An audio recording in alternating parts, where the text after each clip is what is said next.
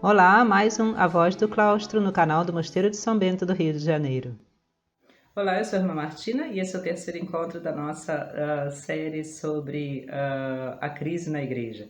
Nós falávamos no encontro passado sobre a necessidade do discernimento, de não se deixar levar pela emoção, de não se deixar intimidar pelo medo, pelos extremos, e de sempre parar e pensar com calma, racionalmente e, obviamente, com o dom da fé, que não é uma coisa superficial e sentimental, mas ao contrário está profundamente enraizada na nossa razão, no nosso coração, na nossa alma, na nossa liberdade. O terceiro tema, portanto, dessa série hoje seria coragem. Não é possível ser cristão sem ter coragem. Há um erro, um pecado que os primeiros monges na tradição monástica, né, descreviam lá no Egito, ainda no deserto, eles chamavam de assédia, assídia, a gente diz às vezes, que é justamente essa falta de coragem. A gente não é a gente mesmo. A gente sente, né, o impulso do Espírito Santo, a gente sabe que a gente deveria ser melhor, a gente sabe que a gente pode fazer melhor, mas a gente é uma espécie de preguiça misturado com medo, misturado, né, com insegurança. Quantas vezes na vida os nossos problemas, inclusive as depressões que a gente tem, vêm justamente disso, da falta de coragem. Coragem não é, no sentido cristão, temeridade, impulsividade, sair fazendo tudo o que passa na cabeça, né, falando qualquer coisa que a gente pensa, ou então, enfim, né, tomando atitudes às vezes super perigosas para nós e para os outros. Isso não é coragem, isso de novo é o extremismo, é falta de responsabilidade, é infantilismo, criancice muitas vezes, né? A pessoa madura, ela sabe aquilo que ela pode fazer, ela sabe aquilo que ela não deve fazer, ela sabe, né, quando parar porque a coisa está perigosa demais, ela sabe, por exemplo, fugir do pecado, fugir da ocasião. Isso é que é a pessoa madura. Isso é que é a pessoa corajosa. A pessoa corajosa é aquela que sabe dizer, não, isso eu não vou fazer porque é perigoso. Mas, por outro lado, é a pessoa que não cai no extremo justamente, né, da covardia e da preguiça, senão que quando vê a situação, quando vê a oportunidade de tomar uma decisão e de fazer uma coisa, mesmo que isso traga para ela pessoalmente um desconforto, um sofrimento, sabe realmente concretizar essa decisão e essa atuação na sua vida, e nesse sentido vai construindo a sua vida. Por isso que a gente fala, né? A vida é uma construção, a gente vai construindo uma coisa depois da outra, às vezes cai, volta, tem que construir de novo. Mas a vida não é uma coisa inerte, ela é uma construção até chegar a Deus. Deus nos dá a sua graça para essa construção, as virtudes, como a gente dizia na nossa outra série, mas a gente tem que responder essas virtudes, e isso é a coragem. Isso é a coragem de, apesar das falhas, dos defeitos, de voltar atrás, dos sofrimentos, de vez em quando, né, ter que dizer errei, seguir para frente, seguir em frente, não desistir, não se conformar com o medíocre, não, enfim, né, viver na inércia, não ficar, enfim, todo mundo faz isso, eu vou fazer também, não afogar a nossa consciência, de certa forma, não viver a cada dia, isso é típico da espiritualidade cristã, cada dia é um novo dia, cada dia eu digo, Senhor, me ajuda nesse dia, e no fim do dia a gente faz o nosso exame e diz o que eu podia ter feito melhor hoje. Isso não é doentio, eu estou sempre errado, não, isso é uma coisa racional e boa. O que eu podia ter feito melhor hoje, o que amanhã eu posso, né, corrigir, ou ao contrário, o que eu fiz de bom hoje, o que o Senhor me ajudou. A vida é essa construção, e a gente precisa, nesses momentos de crise, justamente ter essa coragem, pensar com a nossa própria cabeça, não se deixar levar pelo que os outros vão dizendo sem motivo nenhum, não se deixar intimidar, não se deixar, enfim, né, enganar por coisas sensacionalistas. Isso é uma coisa que nos ataca no mundo de hoje constantemente, pela internet, pelo jornal, né, enfim, nos grupos de trabalho.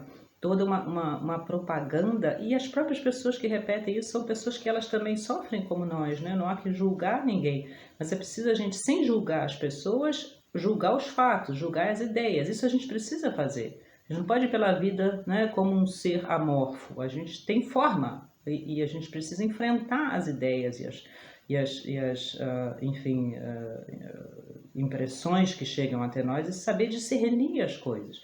realmente, está se falando mal da igreja, disso aqui. Vamos saber o que é isso. Não quer dizer que a gente não possa falar mal das pessoas da igreja, claro que pode. As pessoas, né, fizeram errado, a gente tem que falar isso. Mas não ficar repetindo coisas sem saber, porque leu, porque viu, porque não sei quem disse, né?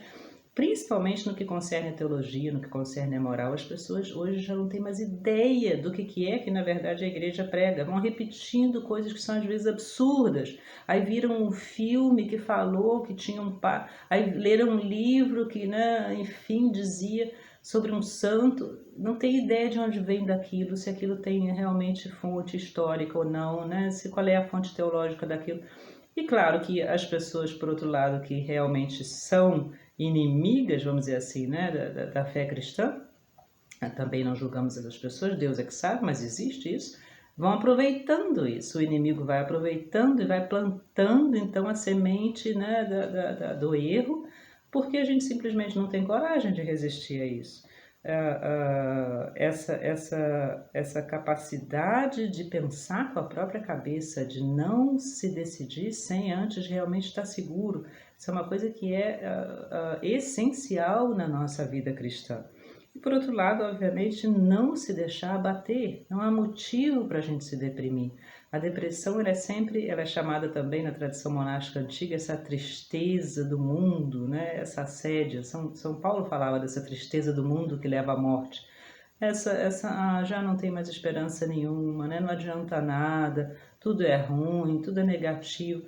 Isso é falta de fé. Isso não é. A gente acha, quando a gente está nessa situação, que a fé é uma ilusão. Não é, é o contrário. Ilusão é isso, é essa tristeza, porque não é verdade que tudo é negativo, não é verdade que não há esperança. É verdade que há o mal no mundo, é verdade que esse mundo, realmente, se a gente espera a alegria e a felicidade aqui no mundo, a gente não vai conseguir. Mas que existe o bem, a bondade, né? Que existe a beleza, que existe Deus, que existe a justiça, que existe a vida eterna. Isso faz parte da essência da saúde mental e da saúde da alma da gente, porque isso é a realidade.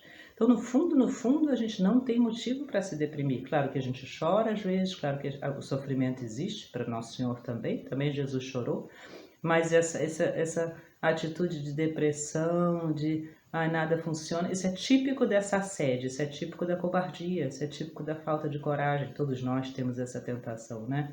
Se a gente sabe que Deus existe, que cada dia é uma chance nova para nós de chegarmos até Ele, não há crise que possa tirar a nossa alegria e o nosso ânimo.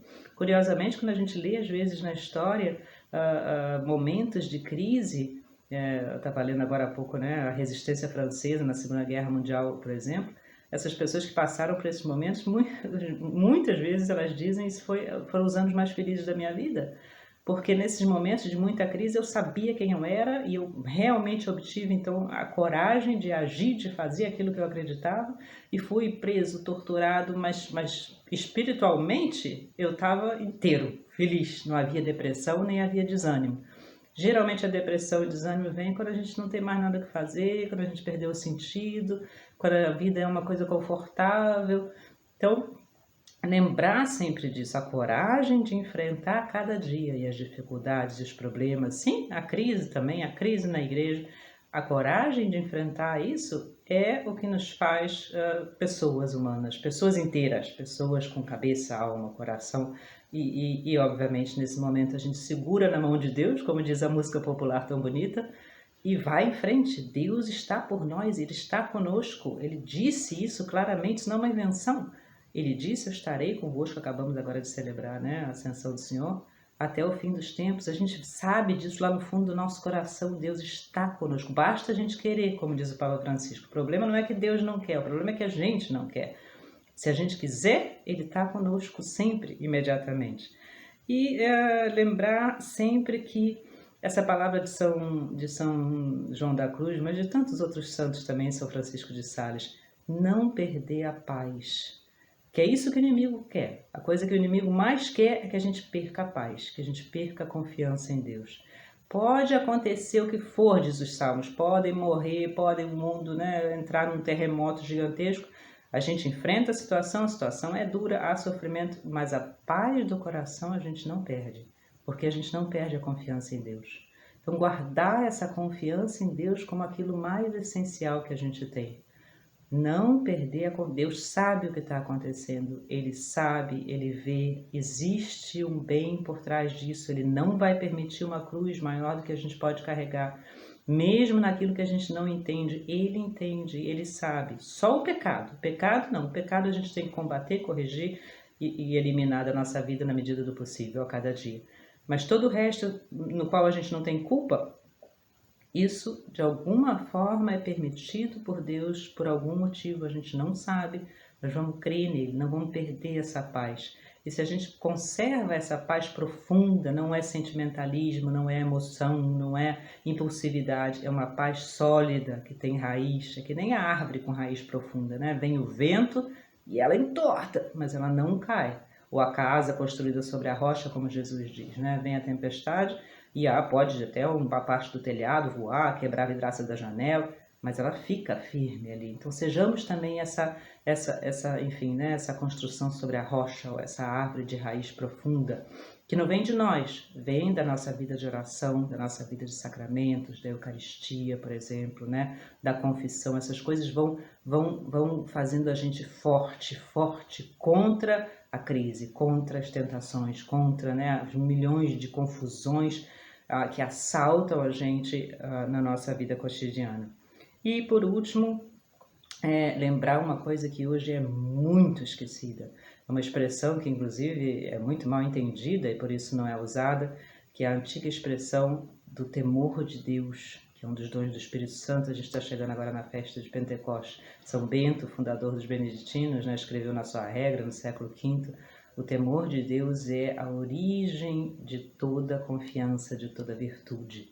O que é o temor de Deus? Não é medo de Deus, a gente não precisa ter medo nenhum de Deus, nem pode. Deus é só bondade, é só amor, é só perdão. Não faz sentido nenhum ter medo de Deus, nem ficar pensando que Deus está vigiando, né? Ou que Deus está contando os detalhes, ou que Deus vai me castigar. Essa imagem de Deus, que é uma imagem, por exemplo, que Lutero conta, né? Na sua biografia, é uma imagem completamente errônea. Isso é uma coisa do mundo, isso é uma coisa que os humanos fazem, não Deus. Deus é só amor. Basta ler o Evangelho, basta ver Jesus Cristo, basta ver o que ele faz e o que ele fala. Temor de Deus quer dizer respeito por Deus, não brincar com Deus. Porque se por um lado Deus é só bondade e misericórdia, e é perdão e amor, por outro lado, ele existe, ele é o Todo-Poderoso, ele vai julgar, ele é justo.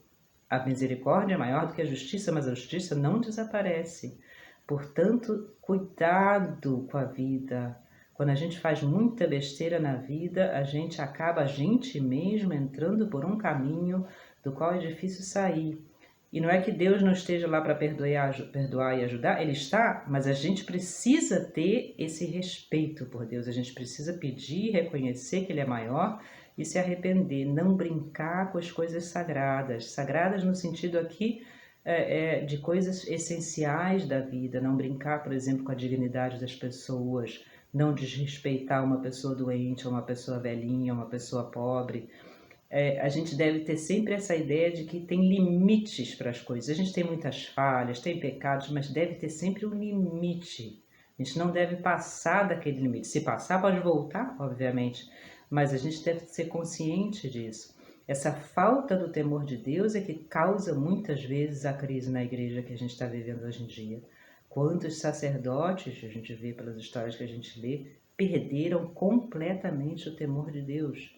Eles já não creem mais que Deus olha o que eles estão fazendo, eles já não creem mais que Deus vai castigar, eles já não creem mais que Deus está nas pessoas justamente pobres, fracas, enfim, como Jesus disse, quando você fizer pelo menor dos meus irmãos, é por mim que você está fazendo. E quando você ofender o menor dos meus irmãos, é a mim que você está ofendendo.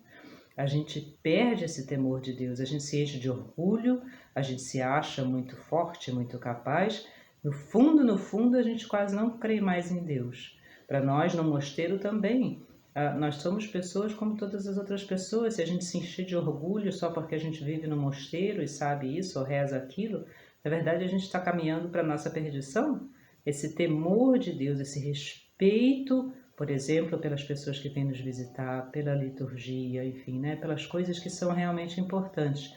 E é isso o que muitas vezes na vida, ou sempre a rigor, impede que a gente faça besteiras muito grandes, caia em pecados muito grandes, né? Porque a gente diz, peraí, aqui existe um limite. Enfim, né? Se eu fizer isso, eu estou realmente, então, brincando com Deus, né? Rindo na cara de Deus, eu estou ofendendo a Deus, né? Eu estou realmente aqui passando da linha. Uma coisa que eu seja fraco, né? Que enfim, poxa vida, sempre gostaria de fazer melhor, como diz São Paulo, gostaria tanto de fazer essas coisas, mas enfim, né? A gente é humano e aí volta atrás. Isso não é problema nenhum.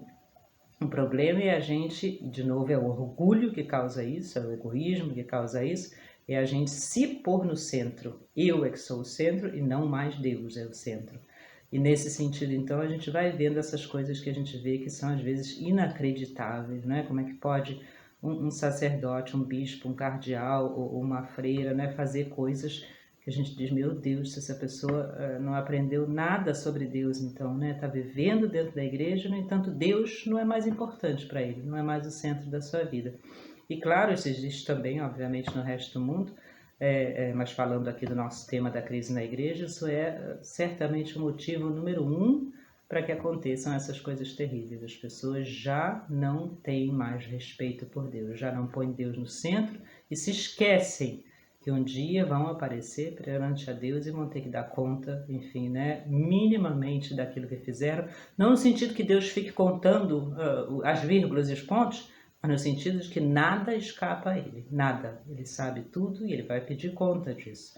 E Ele é misericordioso, mas é justo, Se a gente se dá conta disso, dessa justiça de Deus, dessa, enfim, né, onipotência de Deus, por um lado a gente anda muito mais direito na vida e por outro lado a gente anda de cabeça erguida, a gente sabe que a gente é filho de Deus, que Ele olha e que um dia vai haver justiça e vai haver, enfim, né, correção onde hoje há corrupção e erro.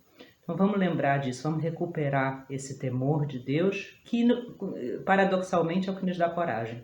É justamente porque a gente respeita a Deus que a gente perde o medo do resto. Já não tenho medo de nada, já não tenho medo do demônio, já não tenho medo, enfim, né, dos corruptos, já não tenho medo das coisas, porque sou obviamente, né, tenho prudência, não vou pela vida que nem uma pessoa que não tem responsabilidade, mas não tenho medo, porque Deus está comigo, a cruz de Cristo está comigo, e eu sei que Ele vê tudo, que Ele sabe tudo, que Ele vai julgar tudo um dia. E vamos fazer o melhor para que a gente, quando chegue perto dele, quando chegue na frente dele, possa então, né, receber dele essa palavra do Evangelho, vinde, benditos do meu Pai, porque, né, vocês fizeram o bem, deram de comer, ajudaram, respeitaram e assim por diante. Um grande abraço, até o nosso próximo encontro.